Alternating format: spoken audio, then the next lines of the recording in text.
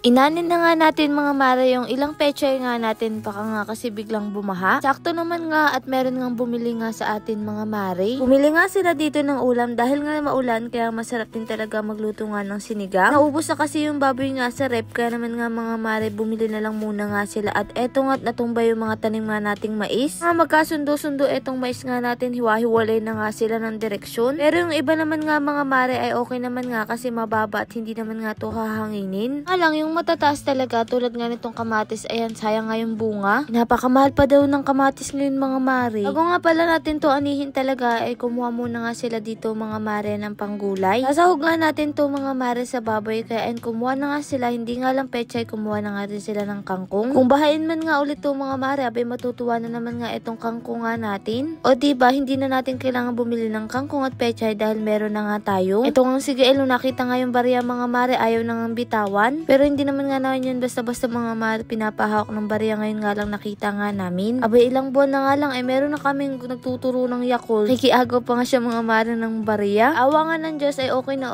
nga yung tulog niya mga mare. Kasi nagsuggest sa atin mga mare na followers na bumili nga daw tayong Himalayan salt. Ano siya mga mare, dim light nga siya kaya naman natuwa naman nga ako at gustong-gusto nga ni Gael. Simula nung magkaroon kaming ganun ay naging okay yung tulog niya. Tulog nga siya ng alas 9, ang gising na nga niya alas 5. Susunod ay papakita ko ngayon sa inyo. Ito nga nung umalis nga kami, hindi napansin na grabe nga yung butas nga nung gulong nga natin. Ewan ko kung ano ba nakatusok nga dyan. Man nga, inalis na nga lang yung gulong dahil marunong naman nga si Kuya Mark kaya pumunta na nga dito sa may malapit kasi mahirap na nga kapag hinayaan. Kolong-kolong na nga lang din sila mga mare kaya malaking bagay talaga na may kolong-kolong nga tayo. Tulad niyan, hindi naman nga ginagamit yung sasakyan nga araw-araw. Dahil iba pa rin talaga ang may kolong-kolong at mas tipid nga yun mga mare. O siya, ito napakalakas nga ng ulan. Sa inyo ba nga mga mare, hanggang ngayon ay malakas pa nga rin ng ulan dito kasi grabe talaga. Hindi ko pala nasabi sa inyo mga mare, ayan nga't may mga sumabog nga ditong saksakan. Ewan ko ba dahil sobrang lakas siguro nga ng ref. Nakaraan kasi sabay-sabay siyang nasira mga mare, tapos nung nakaraan may sumabog natakot naman nga kami kasi nga si Gael andito. Alas kasi si Gael natutulog nga lang dito mga mare sa duyan. Ito nga si mama nung inalis nga inayos na rin muna nga ni mama mga mare itong mga lalagyanan. Dahil nga si Gael hindi nga nakaligo kahapon dahil napakalambig nga ngayon ko pinaliguan. Pansin ko kasi na parang ayaw niya nga mga maring matulog kaya pinaliguan na nga rin ni mama kasi siguro naiinitan din. Nga ang sarap nga kapag maulan tapos may masarap kang mainit-init na hinihigop ng sabaw. Ay si Chucho, tingnan nyo naman nga mga mare kapag nga ganyan gusto niyang nilalambi nga siya. Tanda na nga rin si Chucho kasi magdadalawang taon na nga to sa atin. Parang kailan lang buhat-buhat ko to, katabi ko matulog. Tapos nung buntis nga ako mga mare, lagi ako pinapagalitan ni mama kasi tuwing nakikita ko yung mga mata ni Chucho ay sabi ko ang ganda ng mata ni Chucho, parang nangungusap lagi. Yung kapag tititigan ka kasi ng mata ni Chucho parang nagpapaawa, ganun. Lagi ko napapansin nung buntis nga ako. Siya ito mga mare, sabi ko kay Ran, sasama nga ako mag-ani nga ng mga tanim nga nila. Kwento ko na nga rin to ng ilang beses pero ikukwento nga ulit. Dati kasi maagang-maaga nga kami nagigising parang mag-ani tas ibebenta namin yung sa subdivision. Tapos 10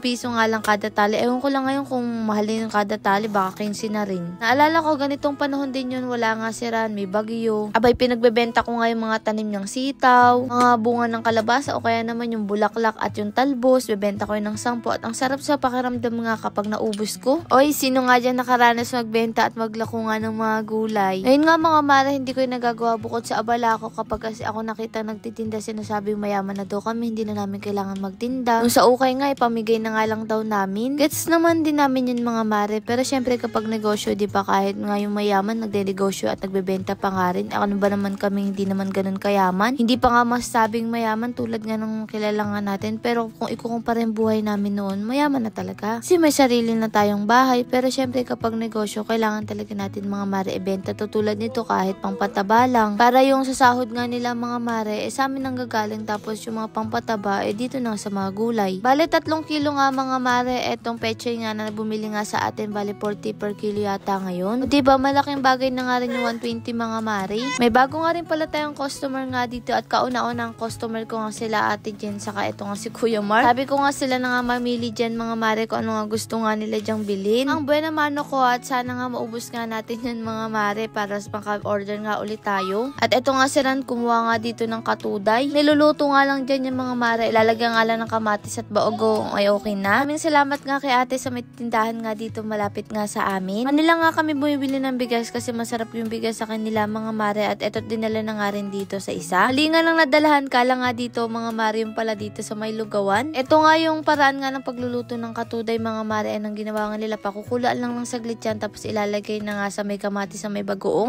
Paborito nga nila yan kaya nagpatanim nga siya. Galing pa nga yung binihis kay Kuya Mark sa Abra. Kaya ayan ay nang inulam niya. Sabi ko nga kay tatay subukan niya kasi nga pwede daw to sa kanya yan dahil may high blood siya. Lord, maraming pong salamat sa lahat ng blessing. At syempre sa inyo mga mare, paano ba yan? Bukas na lang ulit.